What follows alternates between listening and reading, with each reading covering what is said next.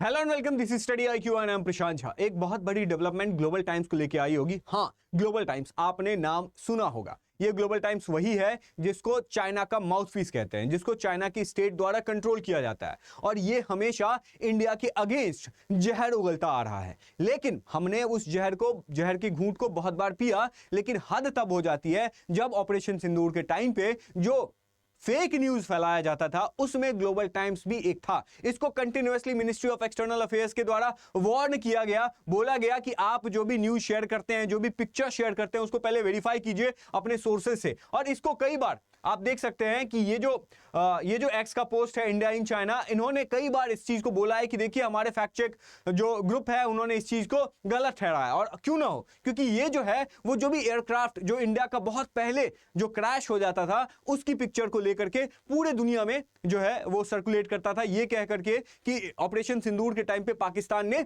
India के aircraft को जो है वो डिस्ट्रॉय कर दिया है। इससे क्या होता है कि ग्लोबल मीडिया में इस तरह की नैरेटिव बिल्ड हो जाती है कि पाकिस्तान अगर कह रहा है तो कहीं ना कहीं सही होगा, क्योंकि देखो ग्लोबल टाइम्स ने भी ये चीज छापा है, देखो पाकिस्तान भी ये चीज कह रहा है, देखो TRT वर्ल्ड ने भी इस चीज को छापा है। तो इसीलिए इंडिया को ये कदम उठाना था। हमेशा ग्लोबल टाइम्स जो है इंडिया के खिलाफ कुछ ना कुछ बोलता रहता था। जैसे कि आपने देखा होगा कि रिसेंट में क्या होता है कि अरुणाचल प्रदेश का नाम हमेशा चाइना जो है वो चेंज कर देता है, लेकिन अभी जब अरुणाचल प्रदेश का नाम चेंज किया तो ग्लोबल टाइम्स इसको बहुत प्रखर रूप से पूरे दुनिया को दिखा रहा था, जिसकी वजह से भी ये चीज आज हो गई है। और आज हम निश्चिंत हो सकते हैं कि वो ग्लोबल टाइम्स जो हमेशा इंडिया को पसंद नहीं करता था, वो अपने नैरेटिव्स को बिल्ड करता था, वो चाइना, वो हिपोक्रेट चाइना जो अपने कंट्री में दूसरी मीडिया को बैन करता है, एक्स को बैन किया हुआ है, और वो चाइना अपनी हिपोक्रेसी को दिखाने के लिए, अपने नैरेटिव को बिल्ड करने के लिए एक्स पे जो ग्लोबल टाइम्स का ट्विटर एक्स हैंडल था उसके ऊपर में कंटिन्यूअसली जो है वो अपना प्रोपेगेंडा फैलाता था,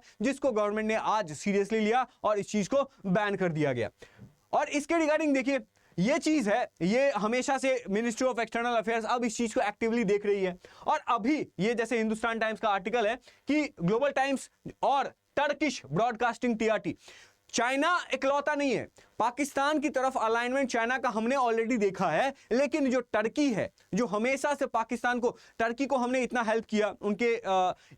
कंट्री में, जब डिजास्टर आया तब भी हमने ऑपरेशन दोस्ती चलाया था, उसमें हमने हेल्प किया था टर्की का, लेकिन टर्की मीडिया भी सेम काम कर रहा था, ग्लोबल टाइम्स भी ये सेम काम कर रहा था। और अगर कोई स्टेट मीडिया, अगर कोई स्टेट कंट्रोल मीडिया कोई भी फेक न्यूज फैलाता है तो उसको मिस इंफॉर्मेशन नहीं बोलना चाहिए, उसको बोलना चाहिए प्रोपेगेंडा, उसको बोलना चाहिए कि ये एक स्ट्रैटेजिक मूव है कंट्री के द्वारा, क्योंकि कंट्री के द्वारा वो मीडिया कंट्रोल्ड है। तो अगर कोई मीडिया जो कंट्री के द्वारा कंट्रोल्ड है, स्टेट के द्वारा कंट्रोल्ड है, वो ऐसी तरह की चीजें करता है तो उसे इस तरह से देखना चाहिए कि उस कंट्री का ही जो एजेंडा है वो इंडिया के सेल्फ इंटरेस्ट में नहीं है और इंडिया के नेशनल इंटरेस्ट में नहीं है, और इंडिया का जो इमेज है वो ग्लोबली खराब करने की कोशिश की जा रही है। और इसी वजह से इंडिया ने ऐसा स्टेप लिया था। लेकिन इसके बाद क्या सिचुएशन होता है कि 30 अप्रैल को जो चाइना क्या करता है कि अरुणाचल प्रदेश को हमेशा से चाइना जो है वो सो कॉल्ड क्लेम करता आ रहा है, वो कहता आ रहा है कि अरुणाचल प्रदेश उनके कंट्री का पार्ट है। तो उसके रिगार्डिंग वो क्या करता है, अरुणाचल प्रदेश को तो ऑक्यूपाई करने की हिम्मत है नहीं चाइना में, तो वो क्या करता है, वो नाम चेंज कर देता है, जिसकी वजह से आज के दिन इस चीज को हमारी मिनिस्ट्री ऑफ एक्सटर्नल अफेयर्स ने ठीक से देखा और बोला कि ये जो कंटिन्यूअसली, और आज का स्टेटमेंट आप देख लीजिए, इंडिया प्रखर रूप से ये सामने आता है और बोलता है कि ये निरर्थक है, ये आप गलत कह रहे हैं, जो कि सही नहीं है। और इस तरीके से ये बताया गया है कि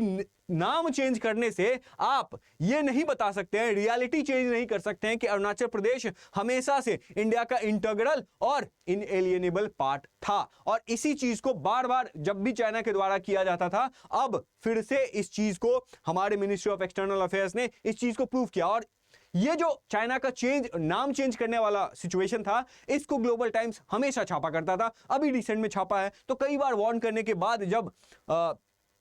चाइना का माउथपीस नहीं सुधरता है तो फिर इंडिया को स्टेप्स लेना पड़ता है। और ये जो चाइना कर रहा है, ये क्यों कर रहा है, तो ये है पाकिस्तान चाइना का नेक्सस। पहले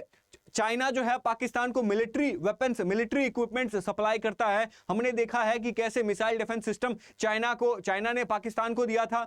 उसके बाद JF-16 जो फाइटर जेट है वो भी दिया था। और इस ऑपरेशन सिंदूर के तहत उनका डिफेंस मिसाइल सिस्टम भी और फाइटर जेट भी कैसा काम करता है ये इंडिया ने पूरे दुनिया को दिखा दिया था, जिसकी वजह से चाइना का जो इमेज है वो भी ग्लोबली डाउन हुआ है। लेकिन कहीं ना कहीं हम इस चीज से ये देख सकते हैं कि चाइना सिर्फ मिलिट्री इक्विपमेंट या इकोनॉमिकली ही पाकिस्तान का हेल्प नहीं करता है, बल्कि वो इसीलिए करता है, प्रोपेगेंडा भी फैलाता है वो इसीलिए क्योंकि चाइना का जो एक बहुत बड़ा दुश्मन है इस रीजन में, कॉम्पिटिटर है इस रीजन में, वो है इंडिया। और अगर इंडिया को चेक में रखना है चाइना के अकॉर्डिंग तो पाकिस्तान को उनको सपोर्ट करना पड़ेगा, जिसकी वजह से चाइना स्टेप्स ऐसे लेता है और इसी वजह से इंडिया ने ऐसा स्टेप लिया है। लेकिन यहां पे सिचुएशन जो है वो थोड़ी बहुत देखने वाली इस तरह की चीजें हैं कि पहले जो हम मिस इन्फॉर्मेशन होता था, डिसइंफॉर्मेशन होता था, इसको हम सीरियसली नहीं लेते थे, अरे क्या ही हो रहा है, मीडिया में ही तो हो रहा है। लेकिन अब इंडिया इस चीज को सीरियसली ले रहा है क्योंकि उसको पता है कि इंफॉर्मेशन वॉर में इंडिया पीछे रहा है और अगर इंफॉर्मेशन वॉर में इंडिया ऐसे ही पीछे रहा तो इंडिया की इमेज जो है ग्लोबल वर्ल्ड में बहुत कम हो जाएगी, बहुत खत्म हो जाएगी, नेगेटिव हो जाएगी, जिसकी वजह से इंडिया में इन्वेस्टमेंट जो है वो नहीं आएंगे,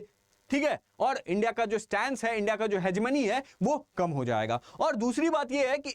इससे हम क्या देखते हैं, ये चैलेंज क्या उभर के आता है, वो ये आता है कि इंडिया को एक ऐसे ही सैटेलाइट जैसा सिस्टम, एक ऐसा ग्रुप का फॉर्म करना चाहिए जो इंफॉर्मेशन वॉरफेयर में इंडिया को, मतलब इंडिया का स्टैंड जो है वो ग्लोबली रखे। और इसीलिए सैटेलाइट बेस्ड सिस्टम भी हमें और ज्यादा अपग्रेड करना होगा, जैसे मिलिट्री इक्विपमेंट्स को हम लोग अपग्रेड कर रहे हैं, S-400 के बाद S-500 लेके आ रहे हैं, तो इसी के रिगार्डिंग ये चीज था। अब यहां पे सिचुएशन ये आता है कि अगर चाइना ये काम कर रहा है तो इंडिया को क्या करना चाहिए? क्या इंडिया को ताइवान के खिलाफ कुछ स्टेटमेंट देने चाहिए? क्या इंडिया को वियतनाम के साथ और ज्यादा अच्छे रिलेशनशिप स्टैब्लिश करने चाहिए? या फिर इंडिया का जो नेकलेस ऑफ डायमंड है उसके खिलाफ, उसके मतलब उसके सपोर्ट में इंडिया को और ज्यादा स्टेप्स लेना चाहिए? और ये चीज आप नीचे कमेंट सेक्शन में बताइएगा कि चाइना के पास तो बहुत सारे ऑप्शंस हैं, चाइना जो है वो इकोनॉमिकली भी इंडिया से बहुत ज्यादा आगे है, तो इंडिया को वो कौन से स्टेप्स लेने चाहिए जिसकी वजह से पाकिस्तान का जो फेक न्यूज, जिस तरीके से हम लोग पूरे तरीके से पूरे दुनिया में ये चीज दिखा रहे हैं कि पाकिस्तान जो है वो टेररिज्म फैलाता ही था,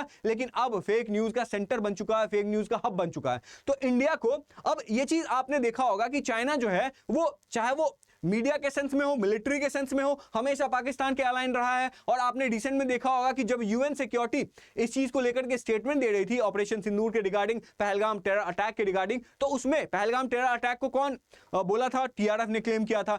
तो लेकिन जो ये जो स्टेटमेंट आता है यूएनएससी का, उस स्टेटमेंट में टीआरएफ को हटा दिया गया था पाकिस्तान के द्वारा, लेकिन पाकिस्तान की इतनी हिम्मत नहीं है कि वो ये काम करेगा, तो उसमें भी चाइना का रोल रहा था। उसमें भी अब जब जैशे मोहम्मद को मतलब इंटरनेशनलाइज किया गया था कि ये इंटरनेशनल टेररिस्ट है, तो उसमें भी चाइना ने कई बार ये अड़ंगा लगाया था और इंडिया के खिलाफ स्टेप्स लिया था। तो इंडिया को भी अब ये सीरियसली देखना होगा कि ये भले ही गलवान क्लैशेस के बाद डीएस्केलेशन हो रहा है, लेकिन कहीं ना कहीं हमें चाइना को हमेशा चेक में रखना होगा और इसी में इंडिया का सोवरेनिटी, इंडिया का नेशनल इंटरेस्ट है। बाकी आपका क्या ओपिनियन है नीचे कमेंट सेक्शन में जरूर बताइएगा। थैंक यू सो मच और कीप लर्निंग।